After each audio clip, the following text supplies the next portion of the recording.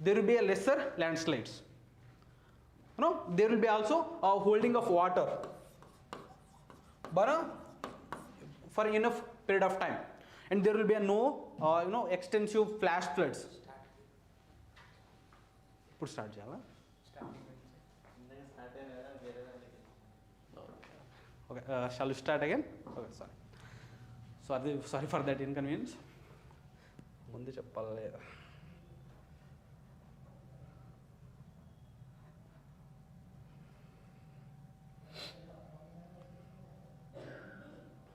Okay. This is article. Yes. Okay, shall we start again? Okay. This is the article which is appeared in the editorial section of the Hindu of Hyderabad edition. Okay, let's start. In this article, particularly, authors says that there were around 4,000 deaths. 4,000 deaths due to climate-induced disasters. What are the climate-induced disasters? Can be flash floods and also heat waves. And there are many, for example, landslides, or common floods, and also urban heat islands. All these can be considered as a climate-induced disasters. Because of the disasters, there were 4,000 deaths in 2025. Among these 4,000 deaths, majority of the deaths came from one region called as Uttarakhand, and all the Himalayan states, particularly Uttarakhand, Himachal Pradesh, all these regions.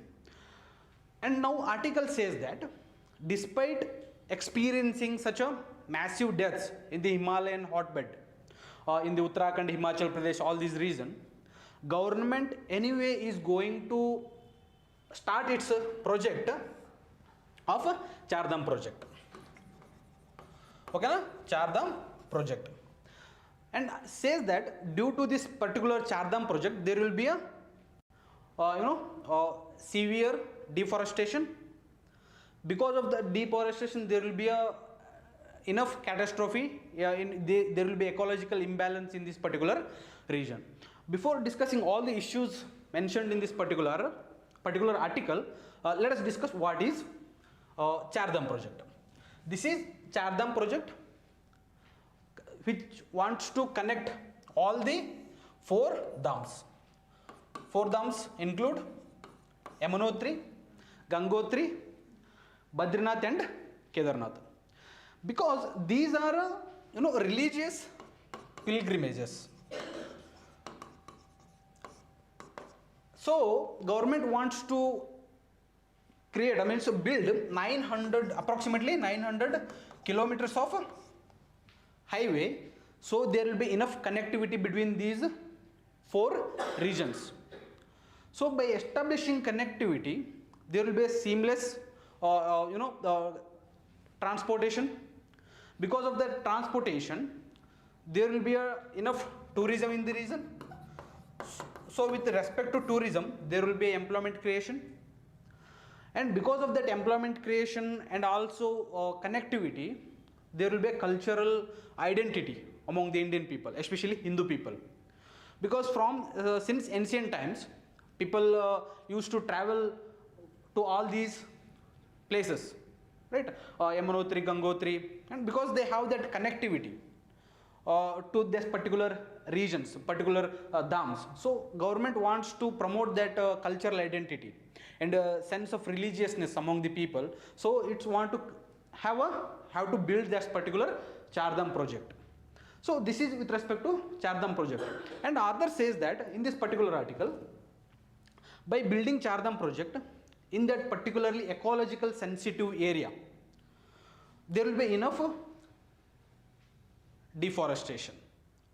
And particularly with respect to that particular deforestation, there will be a cleansing of around 7,000 Devdar trees.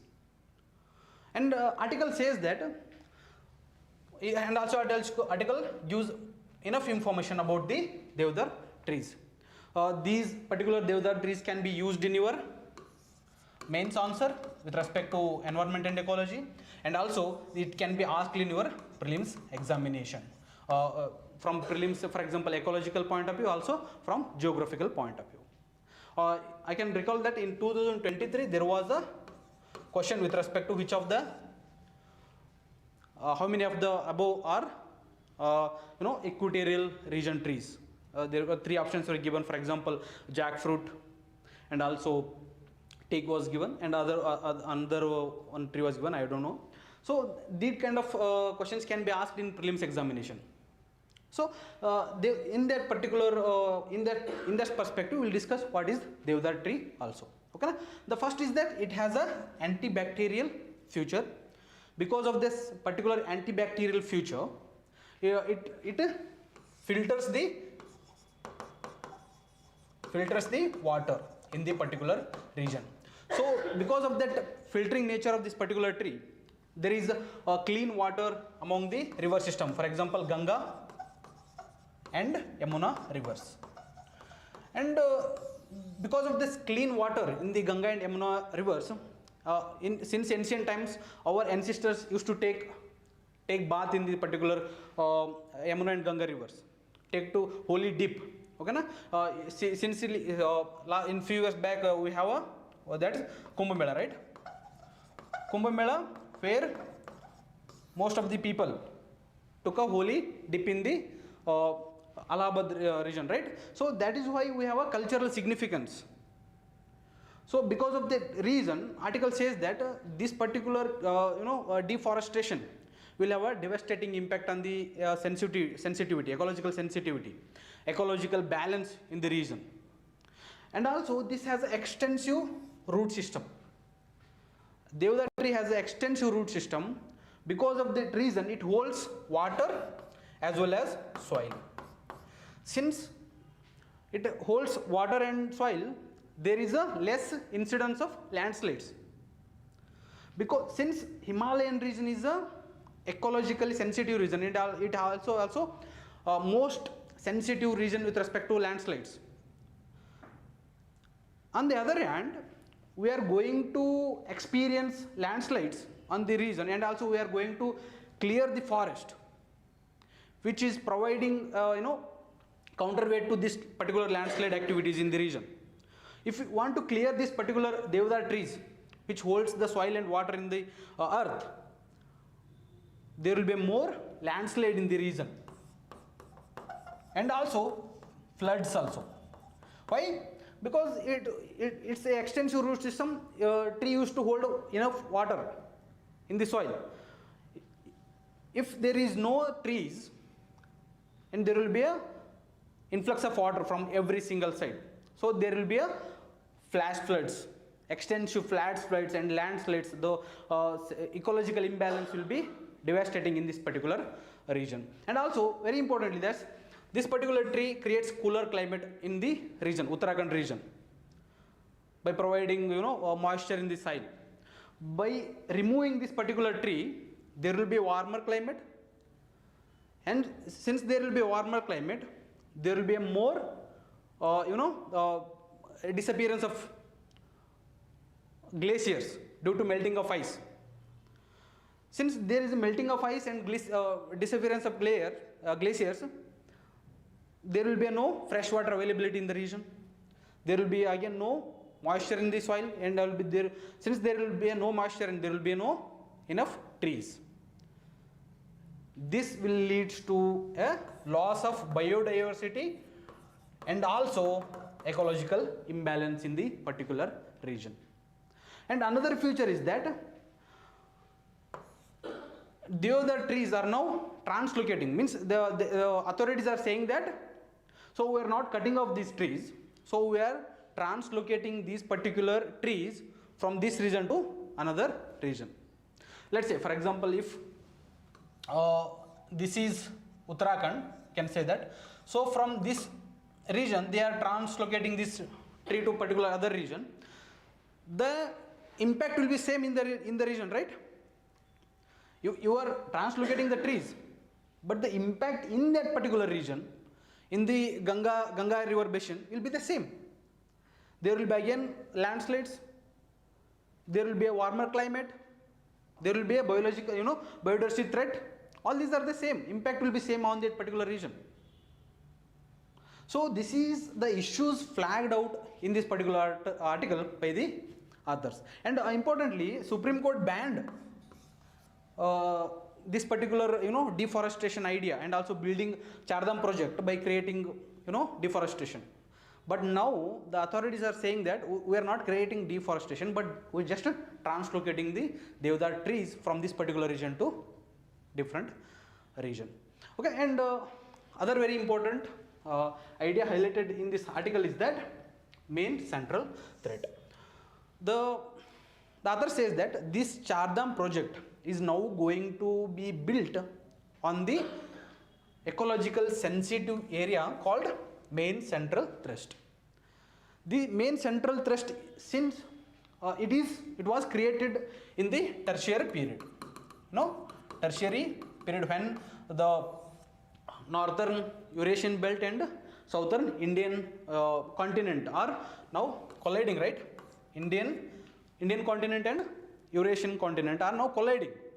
Because of this region, we have a Himalayan mountains in this region, right? So if you see this dot lines, right?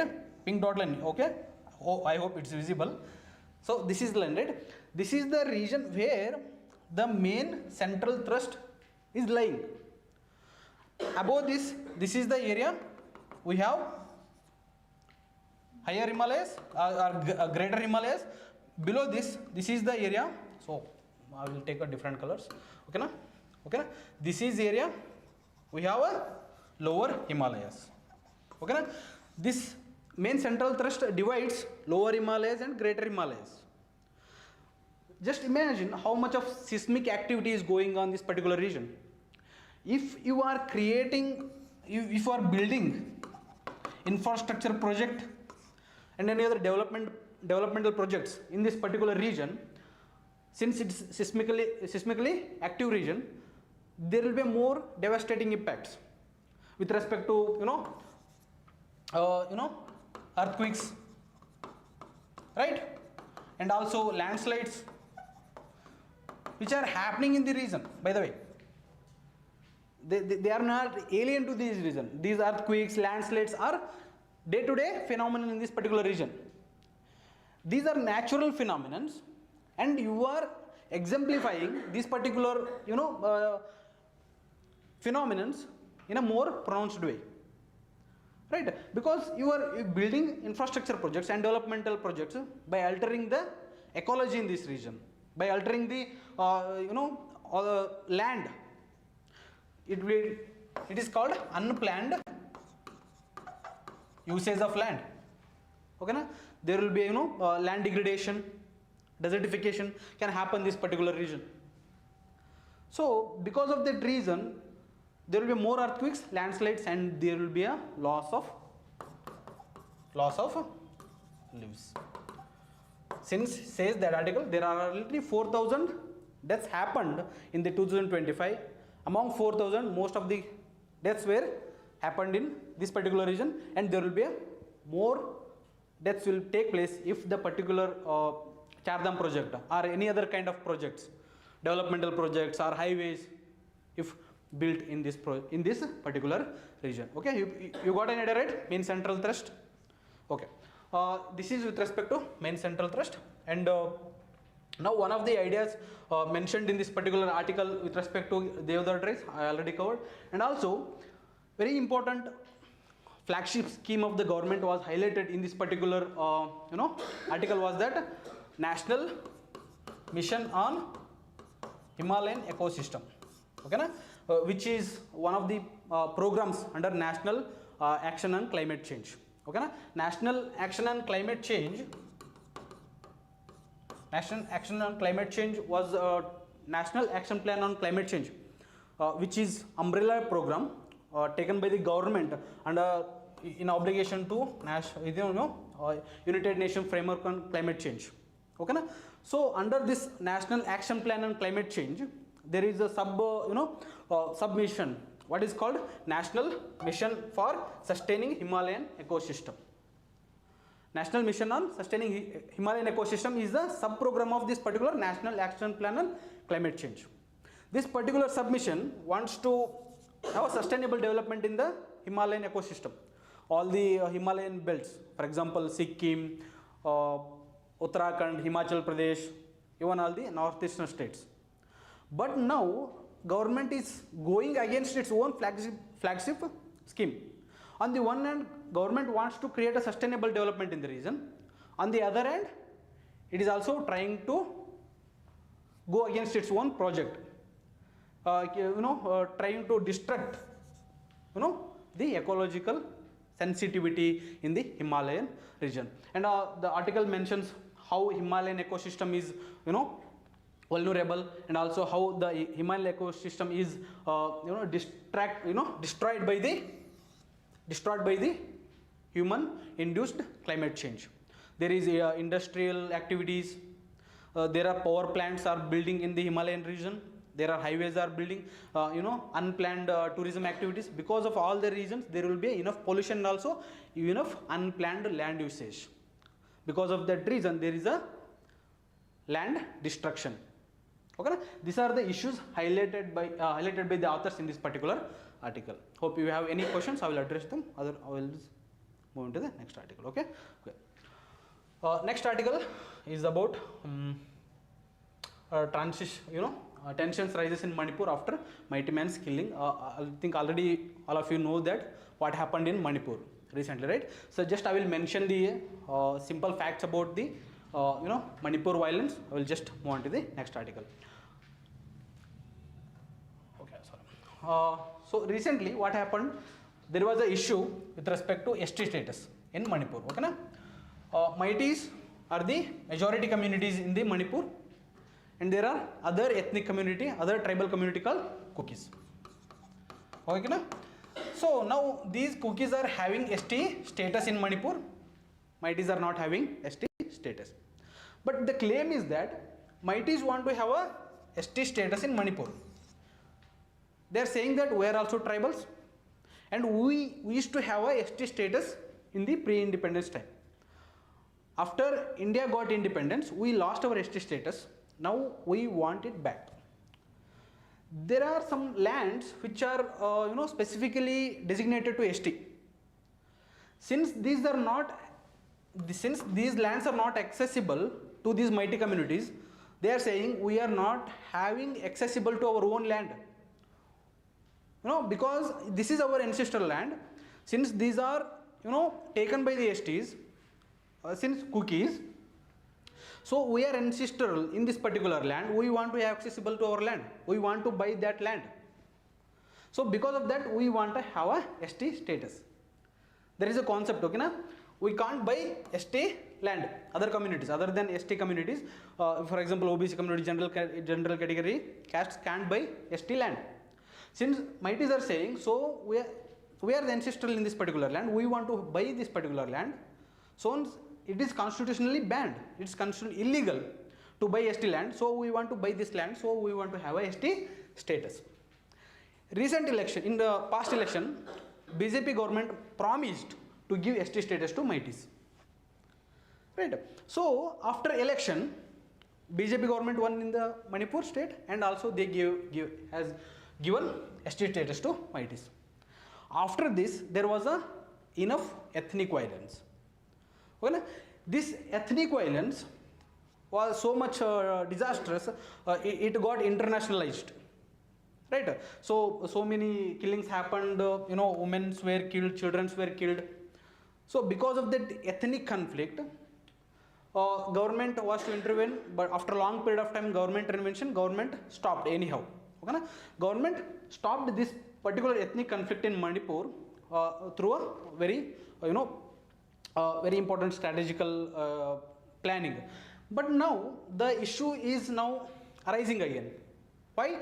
The one mighty man was killed. He wanted to have, wanted to visit some places in Kuki dominated lands. So when he entered the Kuki dominated areas, he was killed. Now again, the ethnic tension is now arised in the Manipur. This is all about this particular article. Okay, I think it's enough. I think already you know all the Manipur violence, all those things. Okay, I don't want to much spend time on this particular article. Okay, this is article appeared in the business pages. This is with respect to FDI outflows. So yesterday we have discussed dollar outflow. Today we will discuss a very important concept of FDI and what is the status of FDI inflow and outflow into the country. Okay. So now the article says that net FDI negative for 4th month in a row in November 2025. I think from October, November, August, September. Since August, we are experiencing negative FDI inflow. What is negative inflow? Negative inflow of FDI. There is the concept FDI. There is inflow and there is outflow. Let's say for example, 100 rupee is coming to India as FDI. It's just hypothetical numbers. Okay, the FDI income will be inflow of FDI will be always in a billions or millions. Okay, let's say there is 100 rupees are incoming as FDI, and let's say there is 50 rupees as a outflow. Okay, how much is 50 rupees we have gained? Okay, net inflow is 50 rupees plus. So now what is happening? This article is saying that we are experiencing negative FDI outflow. Negative FDI inflow. So an article says that $446 million negative means minus $446 million means how much we are receiving as FDI, we are experiencing more outflow than inflow. That is, outflow is $446 million than what FDI what we are receiving in the November month. Okay, but now what is FDI?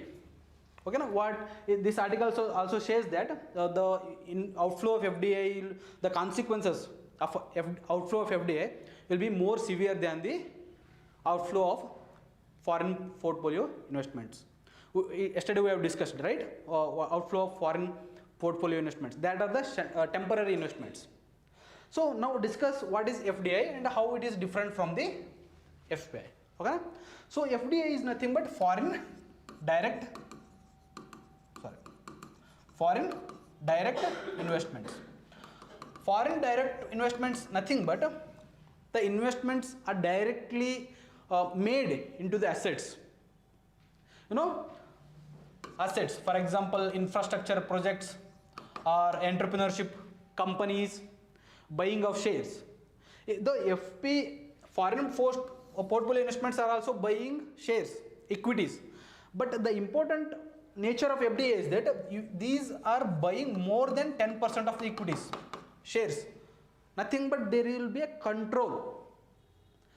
They are having even control in the businesses, entrepreneurships, in the developmental projects. For example, the MNCs, you can say that, right? Multinational companies. These multinational companies are nothing but FDIs. They are bringing so much of dollar into our country and they are investing in the entrepreneurship, and they are creating, setting up their own businesses. Let's say for example, Apple companies, phone manufacturing, for example, Samsung, right? These are, for example, there are car manufacturing companies, software companies are there, Google, Facebook, all those companies. These are called FDIs. They are bringing so much of money in terms of dollar, and they are investing those monies into different companies, and they are also setting up their own companies. This is called FDI, foreign direct investment. They are directly investing in different entrepreneurship or businesses in developmental projects. Now, how it is different from FPI? FPI are investing in equities, for example, shares, right? Even also in mutual funds, traded funds, all these are temporary. They can disinvest their investments anytime. But disinvestment of FDI is not that simple. There will be a longer period you have to invest. That is why FDI can be longer period, FPI is very short term.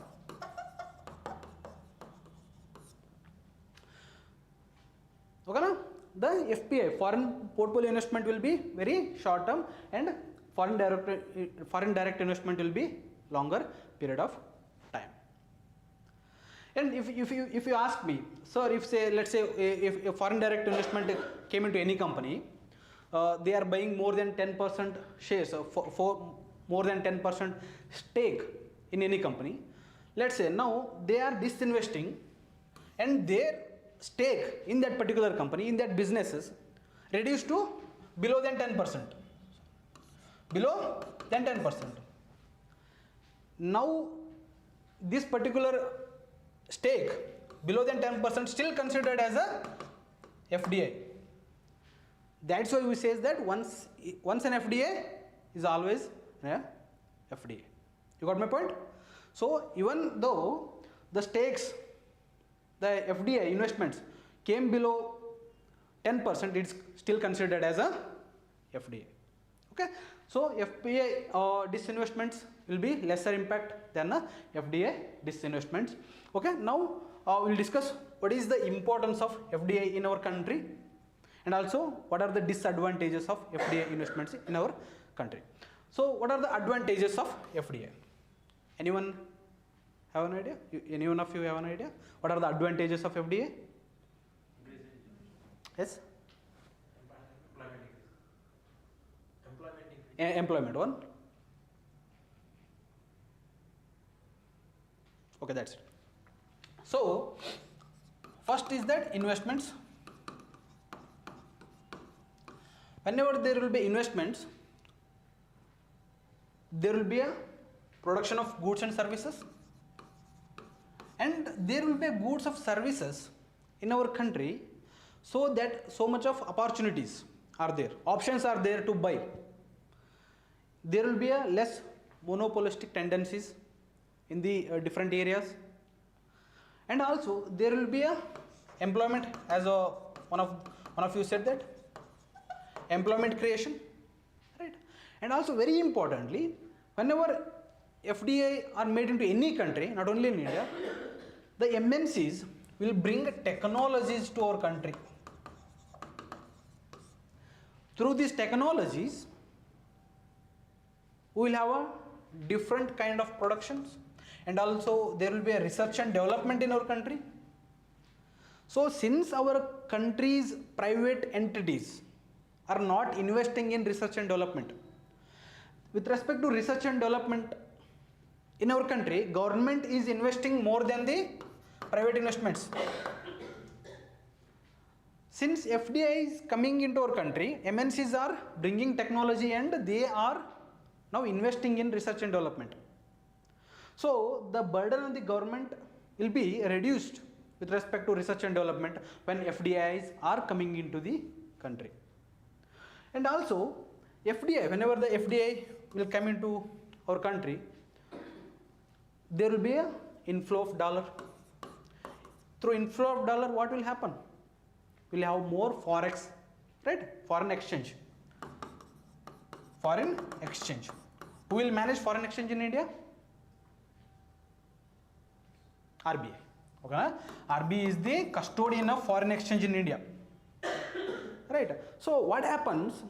Yesterday we saw that there will be a outflow of dollar. When there is enough forex, when there is outflow of dollar, RBI will sell these dollars in the market to control the depreciation of rupee. This is the importance of forex. And also we will have to pay our balance of payment when we import a lot of goods and services from the other countries. For example, India is one of the countries which is imports a lot of goods and services than exporting. So we have to pay our international transaction, international trade. So for that we need a forex. So whenever FDI come into our country, they will bring dollar, and now that dollar will be under the custodian of RBI in terms of foreign exchange. Okay, na? These are the very few important. There are many many points you can say that, but these are the very few important points you can remember. Okay, na? And disadvantages of FDI in India. Okay, disadvantages is that whenever FDI came into India, there will be a profit transfer to the tax haven countries. What are the tax haven countries? Any of you idea? For example, Mauritius, Singapore. In these countries, there will be a zero tax. So their home headquarters, MNC's headquarters will be in Mauritius or Singapore. So just they will transfer these profits to their headquarters, and they are not paying tax in India. Right? So because of this, we are experiencing tax crunch in India. Since MNCs are not paying enough tax in our country, they are shifting away their profits to different countries. So this is one of the very important disadvantages with respect to FDI. And also, majority of the FDI which came into India are regionally located. For example, southern states attracting more FDIs compared to northern region. For example, let's say Bengaluru and also Hyderabad, Chennai, and even Maharashtra, Bombay. All these states receive more FDI than other countries, other states. Bihar, Uttar Pradesh, West Bengal, even MP. All these states receive. I am not saying they are not receiving. They will receive less amount of FDI compared to these states. And other important is that the FDI which is coming into India are concentrated in very few sectors. For example, IT industry, financial services. Gift City we have, right, in Gujarat. Financial services, IT services. These are the major areas where the FDI is concentrated. Other areas, for example, education, health, renewable energy, all these are not receiving that much of FDI compared to these areas, IT, services. Okay? This is one of the disadvantages with respect to FDI in India. Okay? I hope these things are clear. Okay? Do you have any other doubts? Okay.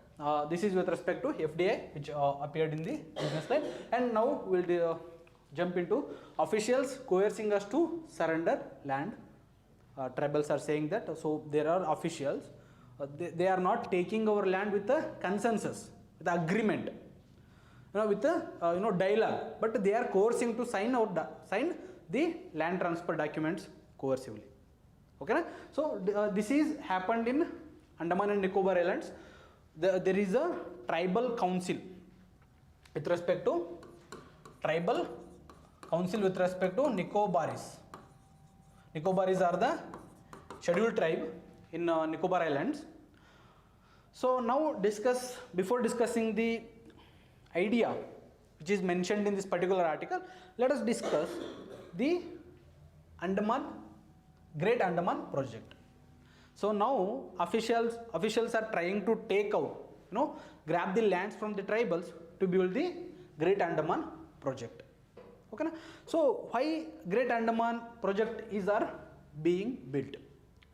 One is they are building international container tranship terminal, and also other is that they are building power plants, international airport, integrated township. All these are being built under the Great Andaman project, because they want to ensure that Andaman Nicobar Islands, rather than remaining as isolated islands, we want to connect that particular islands to the Indian mainland, and also we want to make that island as a business hub. We want to increase the connectivity in the region. We want to ensure that these tribal islands are developed as a tourist destinations like Singapore, Thailand. Because Singapore, since it's a small country, they have built all these development infrastructure. Because of that reason, Singapore emerged as a business destination, right? Tourist destination. If we had built the same infrastructure in the Andaman Nicobar Islands before Singapore, maybe, we don't know, Andaman and Nicobar Islands would have developed as a same destination with respect to Singapore. Right now, government is saying, okay, it's not too late. We want to build same infrastructural capabilities in the Andaman and Nicobar Islands. This is not only very important aspect, not economically, but also strategically. Why strategically it's important? It is called, it's a very closer to one of the important strategic, straits in the world called Malacca Strait. Malacca Strait, which connects Indian Ocean with the South China Ocean. South China Sea. So by connecting Indian Ocean with the South China Ocean, South China Sea, there will be so much of trade, and also we can blockade the Chinese aggression in the region. Since China is so much aggressive in South China Sea, and also we can't say that it will not increase its influence in the Indian Ocean, right? So we have to counter that China's influence in the region. So we want to build that particular islands as a infrastructural hubs. Not only infrastructural hub, strategically very important, we want to also build defense infrastructure in this particular build. We also try service military operational base in this Andaman and Nicobar Islands in the fourth player, right? But we want to increase our presence in the region more than usual. Okay, na? So that is very important with respect to Great Andaman project. So now what is happening with respect to, if we want to build any project, we want to have a land, right? So issue is that there are two tribes are getting affected with respect to this particular project. One is Nicobaris, another one is Shompen. The Nicobaris are a scheduled tribe. They are having ST status, and they are having a patriarchal system, and very important is that they are having Tooth system. What is this Tooth system? That is a communal ownership. Land is not individual commodity there. Land is a communal ownership. The whole community is owning land. Okay, this is very important feature, because now if whole community is owning land, this is the land which is belong to ancestral. That land is now transferred to generations. Now the community we are the community is owning that particular land. Now this land will be transferred to next generation. If you guys are coercing us, there was an incident when the tsunami was happened in 2004. These tribes translocated from this particular land to different land. Now this already, that much of land we have already lost. Now you guys are coercing us, forcing us to give up this particular land also. So since these Nicobaris tribes, they are having a tribal council. Okay, na? This is the apex representative council of tribes of Nicobaris, and this tribal council are arguing that these officials are not giving enough information to us to decide whether we should give up our land or not. Let's say if officials, district officials in that particular region, if they are giving enough information, they can decide. Based on that information, they will take a collective decision in the tribal council. Since they are saying that the officials are not giving information, on what basis they are taking our land, how much their compensation will be given, where they will be translocated, where they will be rehabilitated. Since if go is giving not enough information, we can't decide our decision. So give enough information, then we will have a discussion in our tribal council. We will decide whether we should give up or not. This is the idea mentioned in the article, and also very important tribe, Shompen tribe, which is also getting affected by this particular Great Andaman project, which are particularly vulnerable tribal groups. In India we have 75 particularly vulnerable tribal groups. These among 75, Shompen is one of them. Okay, na? Highest PVTGs are in which state? Anyone have idea? In Odisha, okay na? Odisha has highest number of PUTGs, that is 12. Okay na? Okay, that is 12. Okay na? For the prelims point of view, you can remember that also. Okay na? Now Champagne is a hunter-gatherer. You know the hunter-gatherer idea, right? Hunter, they will hunt the animals and also gather some food, so they can live very peacefully with the nature. And with respect to Nicobaris, they are agriculturalists. They practice agriculture in terms of slash and burn agriculture. What is slash and burn agriculture? Shifting cultivation. Okay, these are the very important facts with respect to your prelims point of view. You can also give these as examples in your mains answer also. Okay, then also there will be environmental and ecological point of view. You can say that there are very important species in these particular Andaman Nicobar trails. There are leatherback turtles, Nicobar megapod, and macaque. This is macaque is one of the primates. Okay na? So these are the very important species which are getting affected due to this particular mega project. Okay na? Hope this is clear. Now we'll jump into the nautical. I think I have discussed this tribal council, and now I will discuss one very important law act with respect to this particular land alienation. So government, before 2006 there was no idea of rights, tribal rights on the particular land. So there was a large scale land alienation among tribals, because outsiders came to tribal areas. They started to take tribals land. After that, in 2006, government, then UPA led government said that we will enact a law called Forest Rights Act of 2006. According to this Forest Rights Act, there will be a rights, tribal rights on particular land. They will, take agricultural activities. They will take conservation activities. They can also collect minor forest produce in these particular forest areas. These are the rights given to the tribal communities through Forest Rights Act of 2006. How much of land will be given to an individual? 4 hectares. Okay na? Up to 4 hectares. 4 hectares of land will be given to tribals, and the condition is that the ancestors, these communities should be living in this particular land from past 75 years. So that is the condition. Based on that condition, the tribals will be given land to the tribals up to 4 hectares. So in that land, they will take agricultural activities. They can also conserve forest. There are sacred groves, sacred groves. The sacred groves, the tribals, considered forest as a sacred entity. So they will try to conserve these forest lands.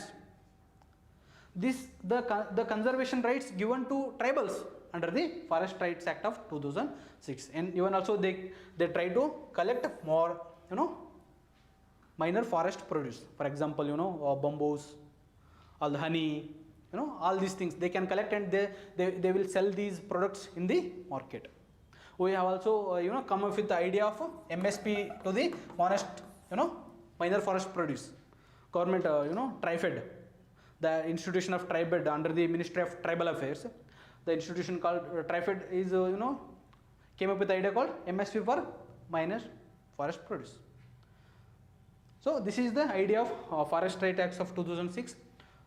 This is brief idea, so you can have a read about it more for prelims point of view and also for mains point of view. And now I think all the articles are over.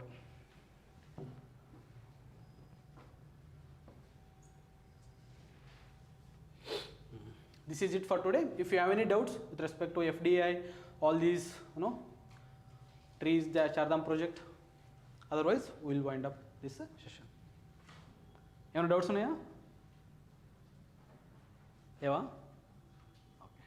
Any doubts unnaya? Ledma? Okay. Thank you.